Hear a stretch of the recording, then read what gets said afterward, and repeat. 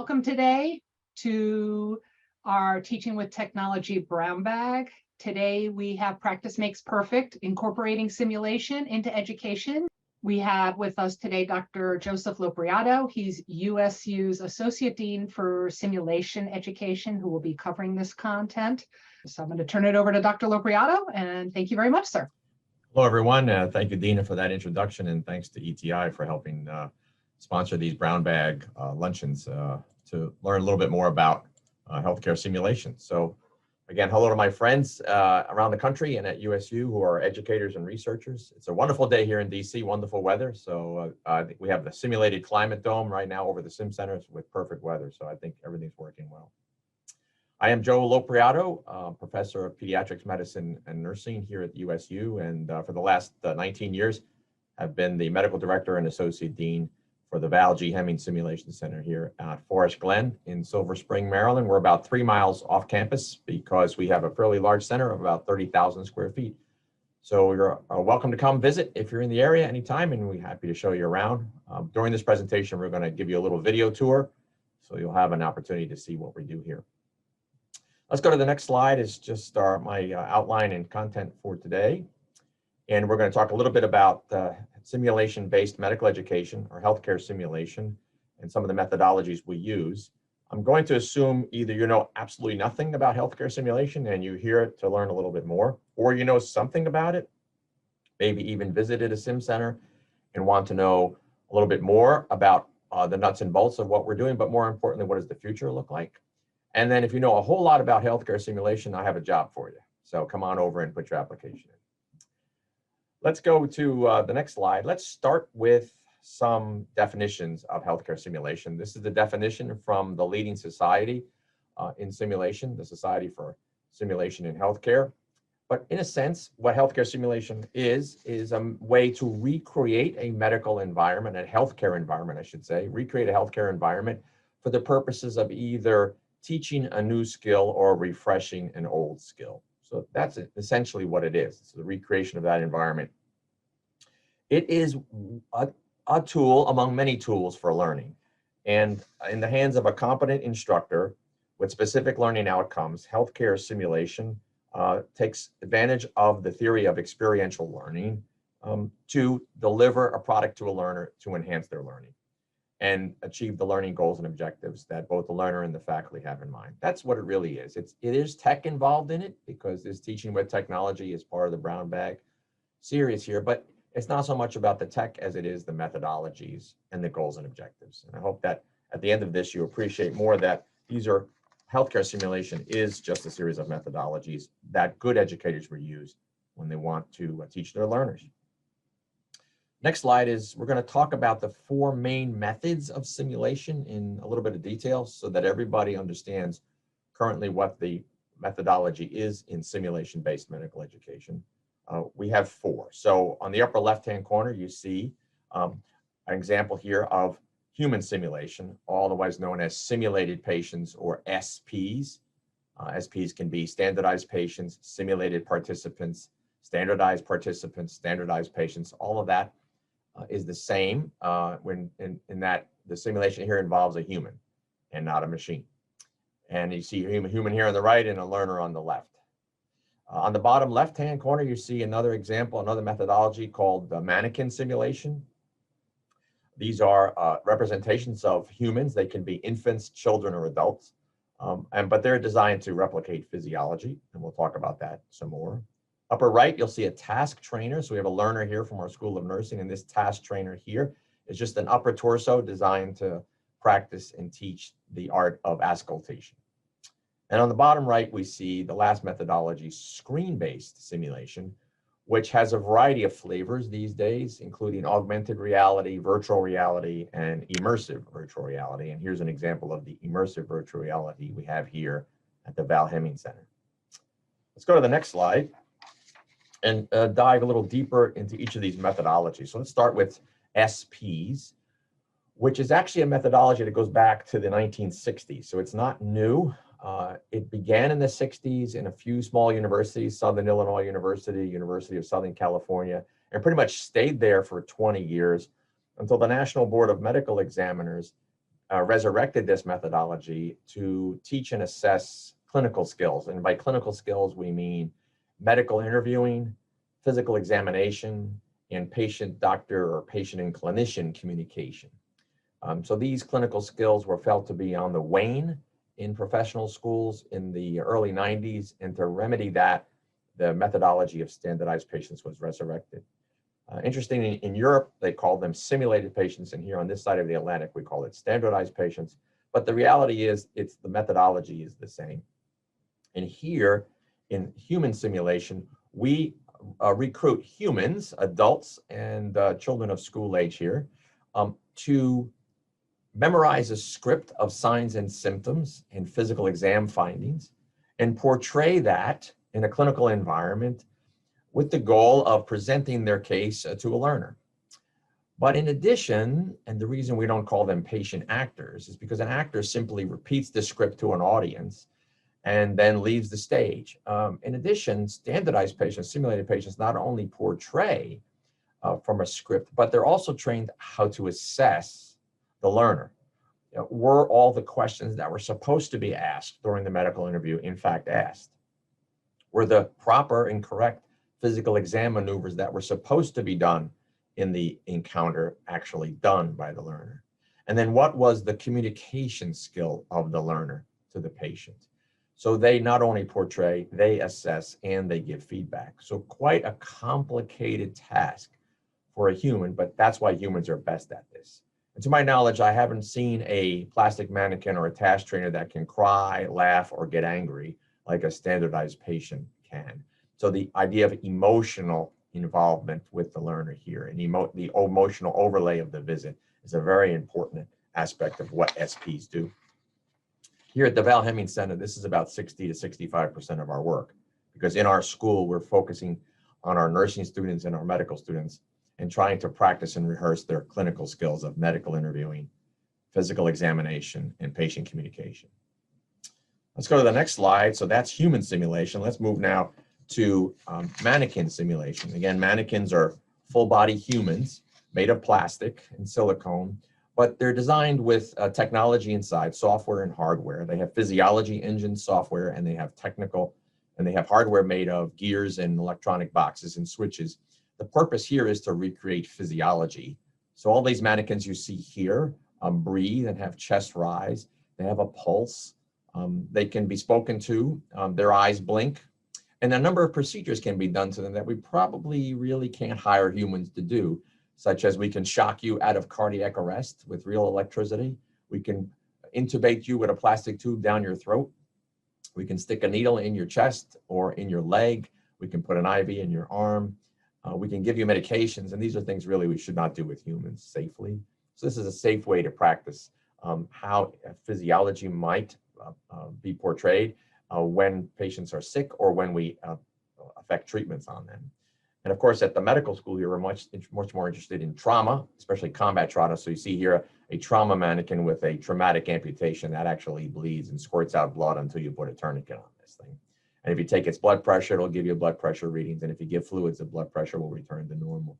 So all this physiology can be replicated in these human patient simulators or mannequin simulators. Next slide is the next methodology, which are task trainers, which are representations of pieces of the body, which are used mostly to gain psychomotor skills or muscle memory about how to do a procedure. So oftentimes learners will study a procedure, they'll study the steps in the procedure, they may actually see a demonstration of the procedure. But here with task trainers, they're allowed to practice over and over and over again without harm to any patients in order to get really good at it. So this is the idea of deliberate practice and mastery learning to get learners to a point where they become proficient, not necessarily expert at doing the procedure without much coaching at all. And here's some examples of some common procedures we might use in healthcare: the internal jugular vein access for central venous access, arterial punctures, ultrasound training. And here, some early training we do with our surgeons and those in the procedural specialties to learn how to operate laparoscopically. That is, how to operate in 3D by looking at a 2D screen. And so these task trainers afford learners the ability to practice over and over and over again until they're very good at it. I remember when I went to medical school, my first IV was on my roommate. My second IV was on a real patient at the VA. And I'm sure the patient had no idea that it was my second ever IV as I fumbled through it. We don't do that anymore. We actually practice now several times in simulation before we ever go to the hospital. And that's a good thing. Next slide is the last methodology we'll talk about, and that is screen-based simulation, which has a number of different flavors. Early on, the screen-based simulation here in the lower left was designed to recreate on a screen, a computer screen, a reality that we would see in the healthcare world. So for example, how to teach people to do laparoscopic surgery. Well, we have a task trainer here and we put cameras inside. There's nothing really inside here, but the computer creates this reality of being inside the bowel, even though nothing's really happening. So in screen-based simulation, a computer or software creates the reality rather than a physical reality of a mannequin or a human. That was some of our earliest manifestations of screen-based simulation. And now we've progressed to more simulation with virtual patients here that have avatars. And just like gaming has advanced, so has this type of screen-based simulation where we can speak or type or ask patients questions, and they will respond to us using natural language processing. They will have facial expressions. They will get kind of snarky. If you ask a snarky question, they'll give you a snarky answer. So we've moved really far into these advanced avatars to teach medical interviewing, for example, or physical exam. And then, of course, we have tablet-based and head-mounted displays now in which we can do virtual reality and augmented reality. And I'll talk a little bit about that in just a minute. But that's a quick overview of the four main methods of simulation: human simulation, mannequin simulation, task trainers, and then the screen-based simulation. The next slide shows you what we've been doing here at the Val G Simulation Center. We have a quite elaborate screen-based simulation that we call an immersive reality theater, or what we term the WAVE, the Wide Area Virtual Environment. And on the video tour, you'll see in a moment a little bit of a tour of this place. It's about the size of a large basketball court, surrounded by 24 screens, to which a learner would put on a set of glasses. And just like when you go to the movies, everything in the background here will be in 3D. And the idea behind immersive virtual reality is that we put the patients here on the floor or on a gurney or on a litter, and we surround the learner with all this chaos in an attempt to try to increase the stress and anxiety that happens in the real world. What you're seeing here is a representation of a point of injury happening in Aleppo, Syria, after a gas attack.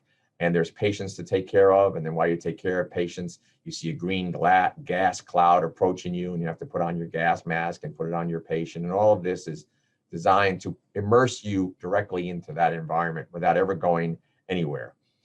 We can do this at point of injury. We can do this in transport on an ambulance or on a helicopter. And we can also recreate what happens to the patient when they arrive in the emergency department or a battalion aid station.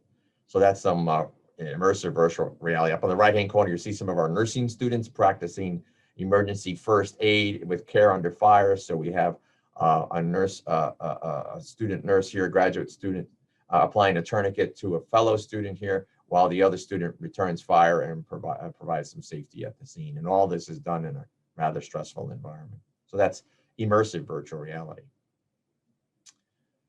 Well, I've talked about that, the four methods, but before we go any further, I thought it'd be a great opportunity to stop here and take you on a virtual tour of our center here in Silver Spring, Maryland. This is the front desk of the Simulation Center. And as you know, the center is dedicated to Dr. Val Hemming, who was a dean in our School of Medicine in the 1990s and first conceived of the idea of a simulation center for our learners here at USU. And for that, the center is named after him. The center is accredited, as you can see here on the wall, by two different organizations. The Society for Simulation in Healthcare accredits our simulation center as employing best practices in healthcare simulation. And the American College of Surgeons accredits us as an advanced educational institute, again, demonstrating best practices in surgical simulation. So we have many visitors to our simulation center. We've had sometimes up to 400 tours in a year, and we have many visitors that come from overseas and other countries. And when they come, sometimes they bring us little mementos. So we have a little display case here to show folks some of the different countries and different medical societies that have come and visited our sim center here now over 23 years of operation. So this is an example of human simulation that we talked about in the slides. This is where we use humans to portray patients to allow our learners to practice some of their clinical skills.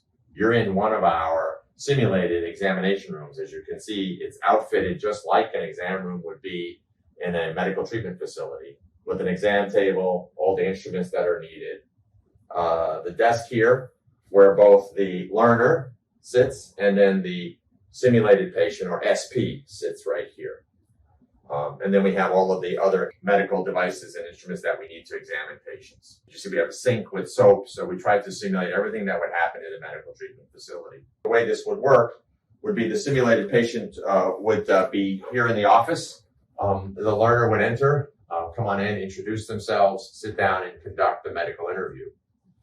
The simulated patient is instructed to portray certain signs and symptoms of a patient with a medical condition, and then assess how well the learner was able to conduct that medical interview.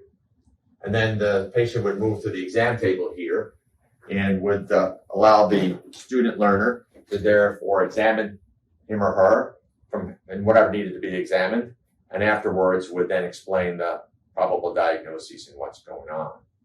The standardized patient then would leave the room, fill out a feedback form, and then depending on the course would return to the room and give direct feedback to the learner, something that doesn't really happen in the clinical world. And we believe is a valuable teaching point where the learner can receive feedback directly from the patient about what went well in the medical interview and what went well in the physical exam and what went well in the patient communication and what needs improvement. This is a very powerful way for students to practice and learn and get valuable feedback on their clinical skills. The clinical skills here being medical interviewing, physical exam, and patient communication. The faculty can view the event live on 3 cameras. We have 2 cameras in the ceiling and 1 camera here on the wall to capture all of the audio and video in the room. So faculty can watch live or they can watch a recorded video later. We also have, if you come into the room a little bit, a 2-way mirror or 1-way mirror, I guess, in which it looks like a mirror on the outside, but in fact, faculty can be watching on the other side where they can see and hear what's going on in the room live. We have 2 ways for our learners to get some direct feedback from faculty. So outside of the exam rooms, and we have 16 of them here at the Valhamian Simulation Center, this is the faculty monitoring area where faculty can sit and watch the encounter remotely on a video monitor, can type notes of feedback for the learner to read later, and can make notes to themselves while they're here. And when the event is over, the faculty can stand up here and enter any of these exam rooms that we have. Our SPs are highly trained to both portray the patient and assess performance. And so that's what makes SPs, or simulated standardized patients, one excellent method of simulation. This is another method of simulation called screen-based simulation, where a computer creates the reality rather than physically being a patient in the room. And we have 2 types of simulation, of screen-based simulation: augmented reality and virtual reality. What we have here at the Sim Center is unique. We have immersive virtual reality. What does that mean? Well, we put our learners into this virtual reality theater, which, as you would pan around, is about the size of a basketball court. It consists of 24 screens from which a computer will project a scene in 3 dimensions. And the learner would simply wear 3D glasses. And in this large environment, we can recreate about any medical condition, from point of injury all the way to transport on helicopter or ambulance, all the way through to emergency room and further care. What's different about this is we have these props that can simulate battlefield conditions or field conditions. We have cameras all around to track motion and to track our learners. We have audio, sound, we have heat, and we have smell. So we can create many of the sensations and smells and sensory inputs for the simulation for our learners. The patients will be here on the floor, and the team will come in, take care of the patient, triage them, and move them on to the next pod for transport on either a ground ambulance or a helicopter. And all that is done in 3D animation, or 3D, I should say, using software developed here at the Val Hemming Simulation Center. We're now in one of our 7 classrooms that we have here at the Val Hemming Simulation Center, designed for small group teaching, debriefing following a simulation. So students would come here with their faculty and talk about the case they've just encountered. Each small group classroom can accommodate between 8 and 12 students and a faculty member. We have a dry erase board for them to work on. And then if we walk over here, we have a large screen video monitor to show either the encounter they just had or perhaps slides of some important aspects. I want to point out that we have 16 of these stations here that can be used if students want to encounter screen-based simulation on a computer. They can do that here.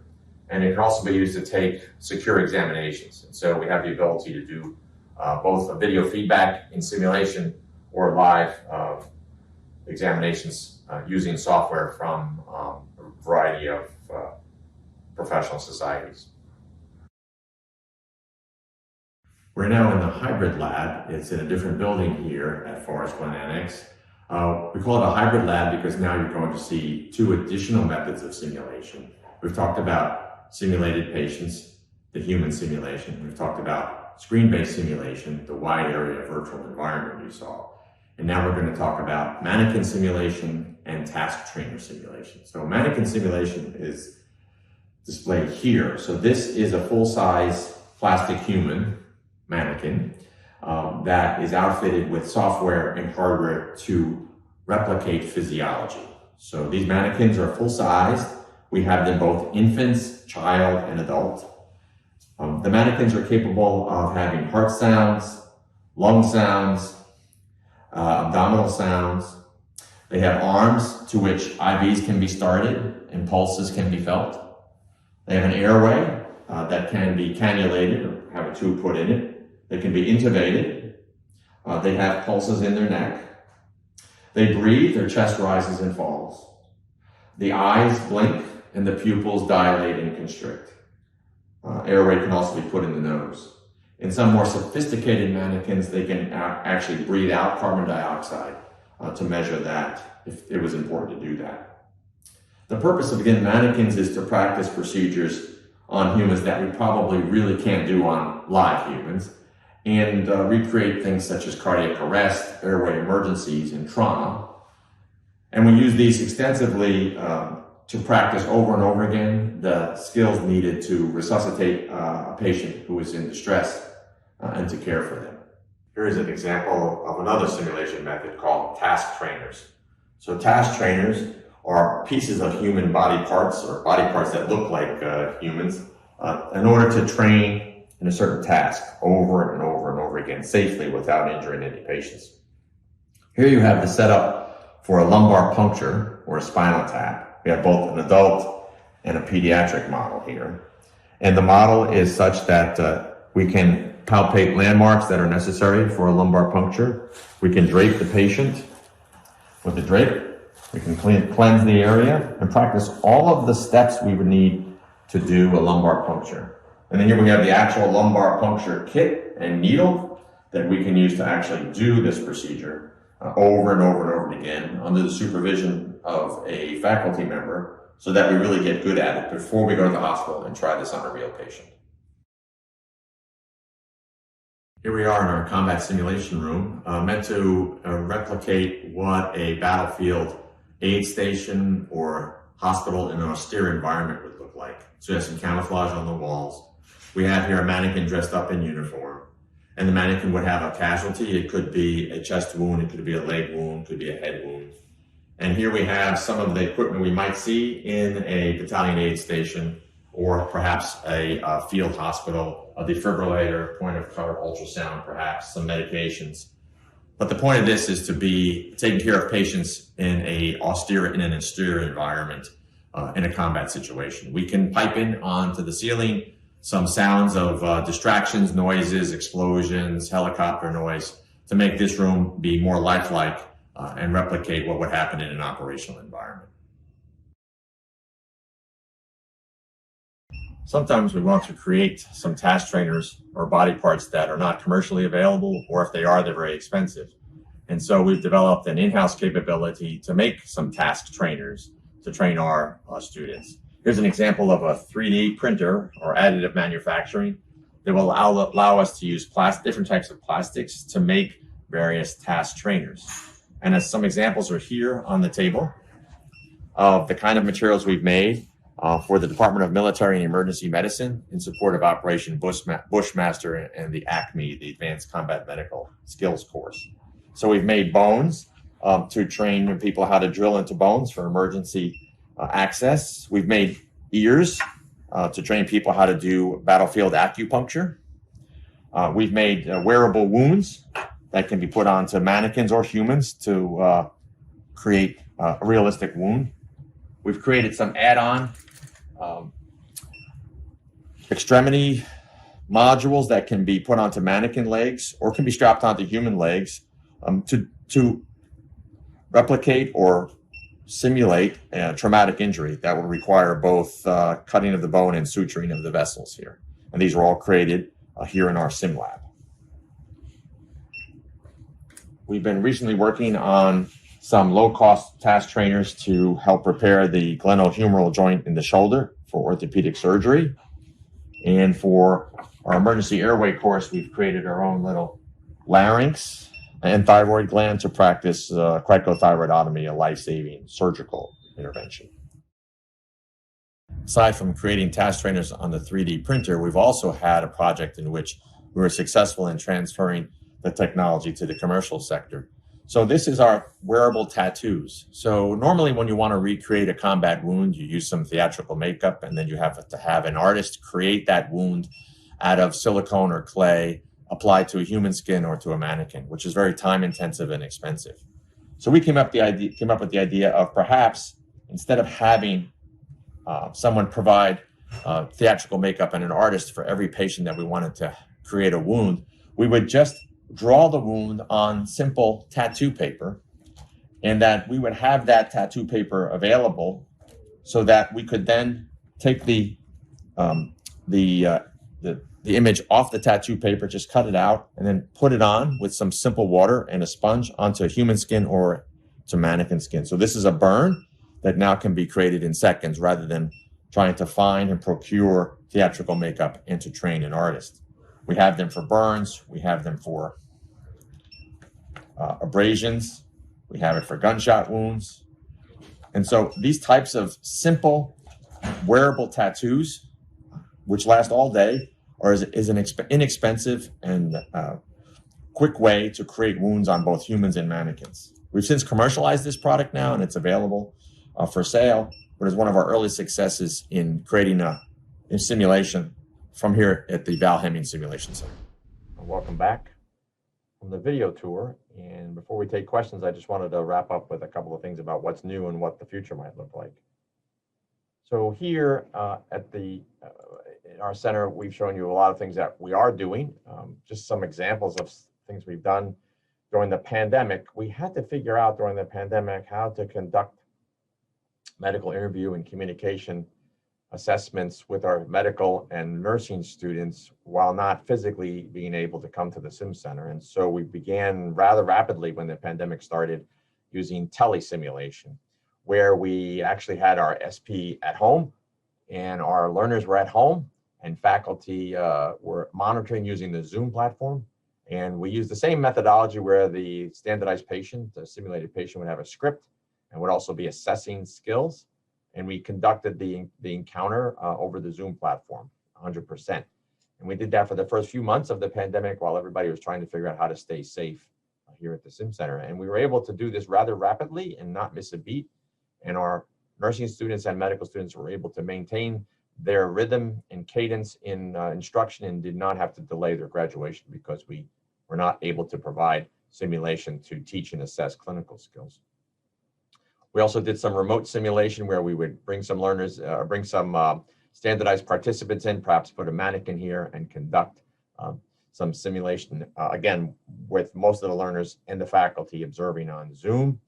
We even got to the point where we were actually assessing procedural competency in bag valve mask ventilation and intraosseous needle placement, between having a standardized participant as a medical assistant, taking direction from the learner on Zoom about how to perform the steps in a procedure. Again, not as good as laying hands on the task trainer and actually doing it, but at least assessing if a learner had all the steps in the proper order. And we did that again remotely using the Zoom platform. Our next slide is, yes, there's new tech always in healthcare simulation. Some examples of some of the newest tech are these wearable goggles. I call them boxes on your head, which can do either augmented or virtual reality. So what's the difference?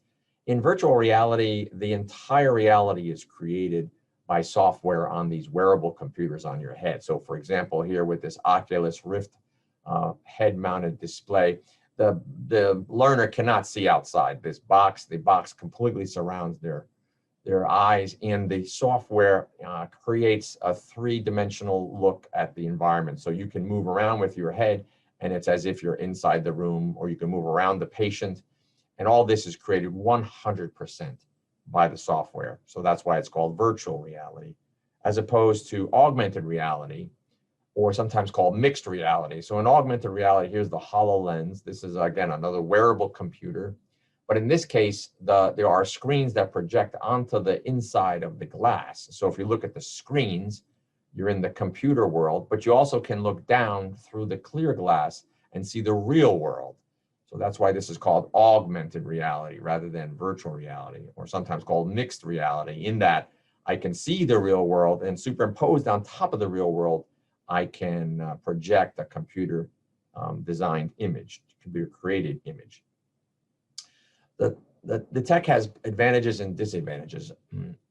As you can see here, because these are bulky instruments that until recently had to be tethered to a laptop, and only recently have become Bluetooth enabled, you had to be near a computer and wear this on your head, and therefore couldn't walk around much. It wasn't very portable and quite expensive. Now that they're wireless, you can walk around a little bit. But again, the limitation here is you can only train one person at a time. Yes, you could probably you can network 3 or 4 or 5 of these together, but each of these boxes, for example, can cost anywhere between $350 and $1,000, and it becomes cost prohibitive to think about how would we train 20 people at a time in a virtual world using this kind of technology, which is why we think our immersive virtual reality theater, which is designed to train between 6 and 20 people at a time in a large room, has some advantages over these AR and VR head-worn sets, which can only train 1 or 2 at a time.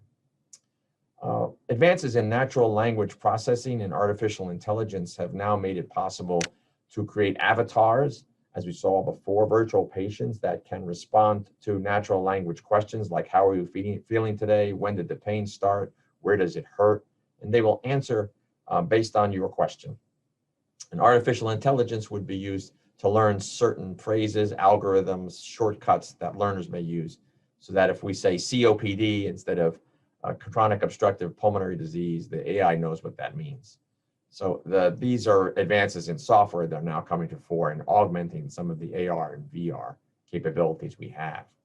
Along with that, natural language processing AI also creates intelligent tutors. So for example, on this tablet here, we've created a self-directed way to refresh yourself on 3 critical combat casualty skills: surgical cricothyrotomy, which is an airway in your neck; a lower leg fasciotomy, which is a limb-saving procedure done when you have a crush injury in your lower leg; and then lateral canthotomy, cantholysis, which is an eye-saving procedure when you've had ocular trauma.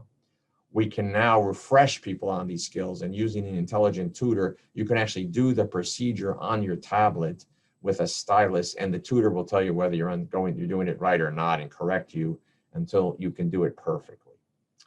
As you saw, we have been dabbling in additive manufacturing or 3D printing, where we are doing more and more in making our own simulators and task trainers when we need a part that's not commercially available, or we want to reduce the cost of a part that commercially costs a lot of money, but with 3D printing and molding, we can create them here at low cost. And as you saw, we have the wearable tattoo project, which is now commercially available, where you can buy the sheets of tattoo paper with images we created here embedded in them and create a wound.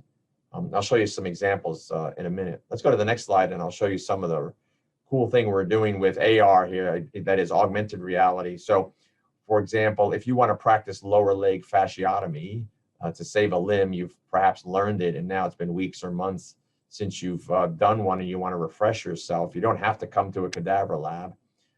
You can just take one of our plastic legs we have here home with you, and on a tablet, we turn on our software and you can superimpose all of the anatomy under this leg onto the leg so that you can use your own fingers to sort of practice where the landmarks are and practice drawing the right incision. And that's using the AR. And then using the VR component on the tablet, we actually can do the operation. We can cut with a scalpel. We can reveal the underlying musculature and fascia. We can do all the steps of the procedure, all the while the intelligent tutor in the background is grading you and giving you advice. And you can do this under practice mode or under testing mode without any coaching. This is also available through the HoloLens. So here you're actually wearing that augmented reality headset where we can superimpose the anatomy on here. I call it Superman's X-ray vision, where now you can see the anatomy without actually having to cut anything. We're also working, and soon we'll have the capability to put, instead of a plastic leg, you can just put your buddy's leg on a table and you two are together in your rack on a ship in the middle of the ocean, or you're out in the field somewhere and you want to practice a procedure. You can, hey buddies, lay down, and the software will measure your leg and then superimpose the correct anatomy on top of your leg. And then the two bunkmates can practice on each other as they refresh their skills anywhere in the world without connection to the internet. Next slide shows us an example of what we've done with the wearable tattoos. These are all wearable tattoos, and if you look real close, you almost can't tell the difference between theatrical moulage and wearable tattoos. We brought this technology out to the field where we use it in Operation Bushmaster to save a whole lot of time and energy and money in creating combat wounds. So for example, this is your abrasion. This is a wearable tattoo. We just dabbled a little water on it. This is another laceration. These are burns. And again, they can be put on human skin or on mannequin skin and look very lifelike. They last all day, and there's no need for an artist, and there's no need for theatrical makeup. Yes, we can drizzle a little fake blood on a tattoo, and it can look just like this.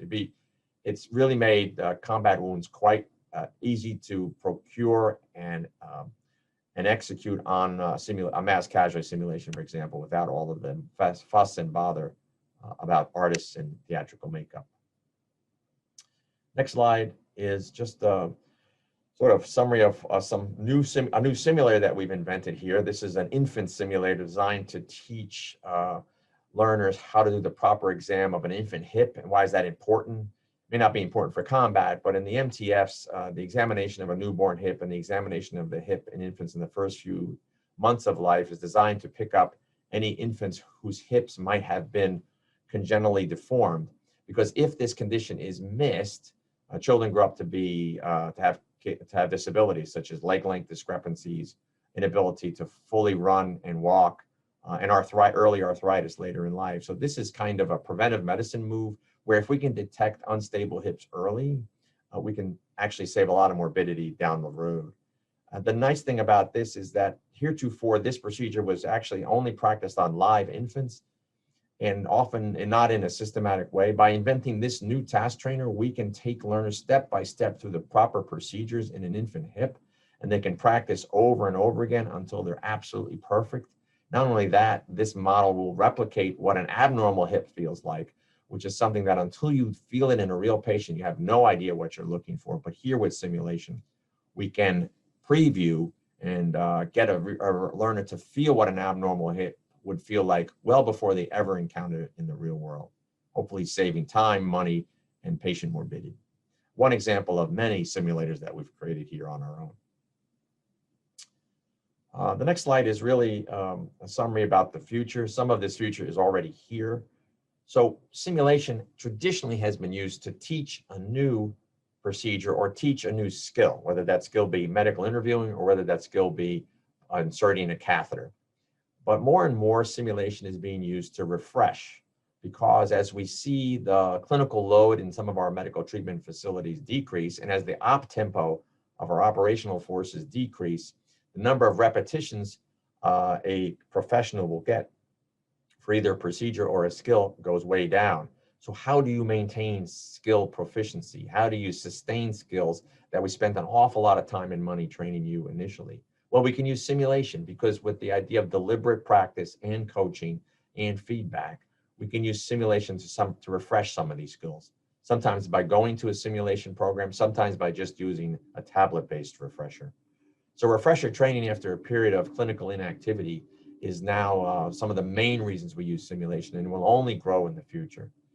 We have seen some specialties, for example, anesthesia, emergency medicine, OBGYN, actually use simulation as a way to test whether a professional has maintained their proficiency in their specialty.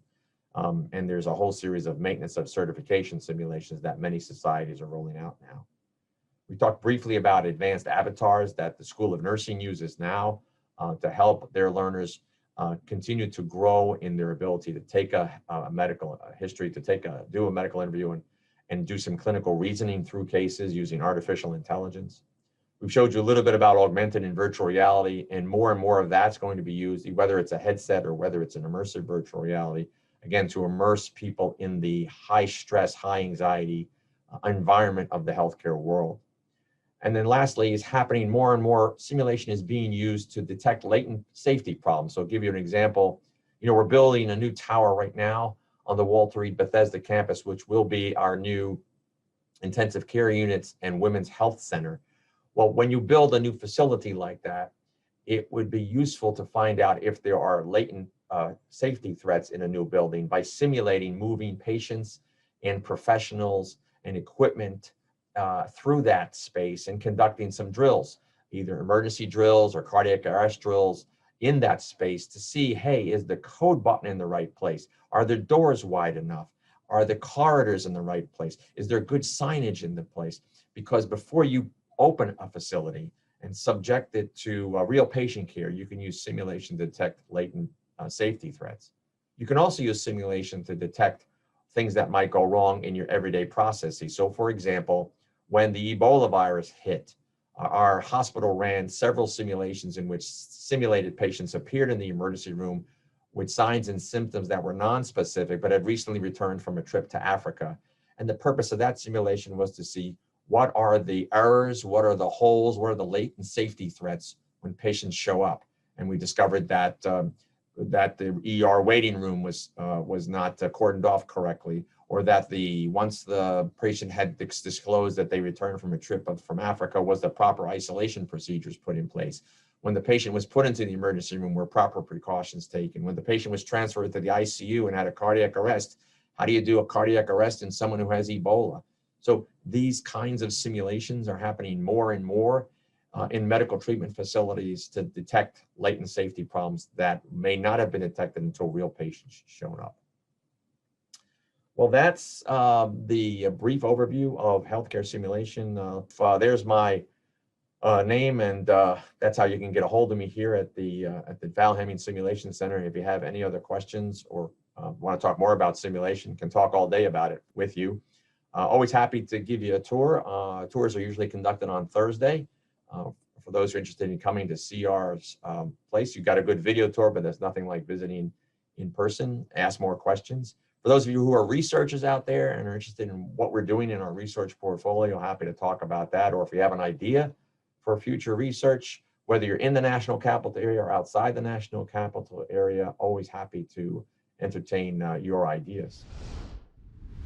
Thank you for watching today's Teaching with Technology Brown Bag session. You can view all Teaching with Technology Brown Bags on the USU YouTube channel under the full ETI playlist. Have a nice day.